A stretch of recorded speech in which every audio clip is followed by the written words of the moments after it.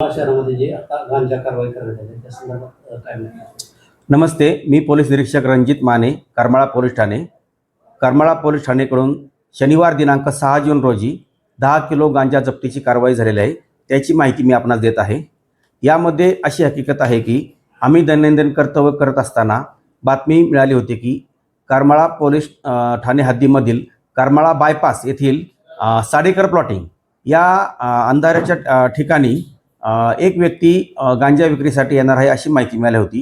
त्यावरून आम्ही सर्व आमचा पोलीस स्टाफ, त्याचप्रमाणे शासकीय पंच, त्याचप्रमाणे वजनासाठी लागणारा तराजू काट्याचा मालक असे सर्वजण योग्य ती पूर्वपरवानगी घेऊन आम्ही सदर ठिकाणी गेलो असता एक आम्हाला जो संशयित इसम होता तो आम्हाला पाहून पळून जावं लागला.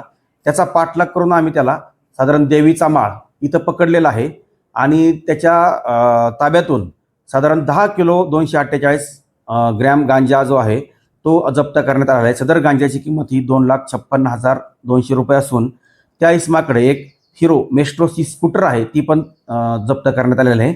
असं एकूण 3,06,200 रुपये किमतीचा मुद्देमाल आम्ही जप्त केलेला आहे. सदरची जी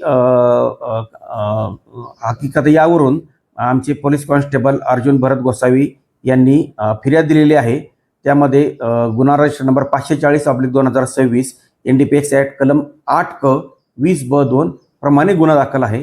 सदर गुन्ह्याचा पुढील तपास हे पोलीस उपनिरीक्षक संदीप बनकर करत आहेत आणि सदरची जी कामगिरी आहे ती आम्ही आमचे पोलीस अधीक्षक sir Shri Atul Kulkarni sir, upper police अधीक्षक श्री विजय काबाडे सर, त्याचप्रमाणे आमचे HDPO सर ज्यांच्याकडे सध्या करमाळा उपविभागात चार्ज आहे असे श्री प्रशांत डगळे सर, आमच्या अंजना कृष्णा VS मॅडम यांच्या मार्गदर्शनाखाली मी स्वतः पोलीस निरीक्षक रणजित माने, पोलीस उपनिरीक्षक संदीप बनकर, पोलीस हवालदार अजित उबाळे, अर्जुन गोसावी, अमोल रणदिल, चेतन पवार, रविराज गटकुळ आणि बापूसाहेब कोकाटे यांनी केलेले आहे.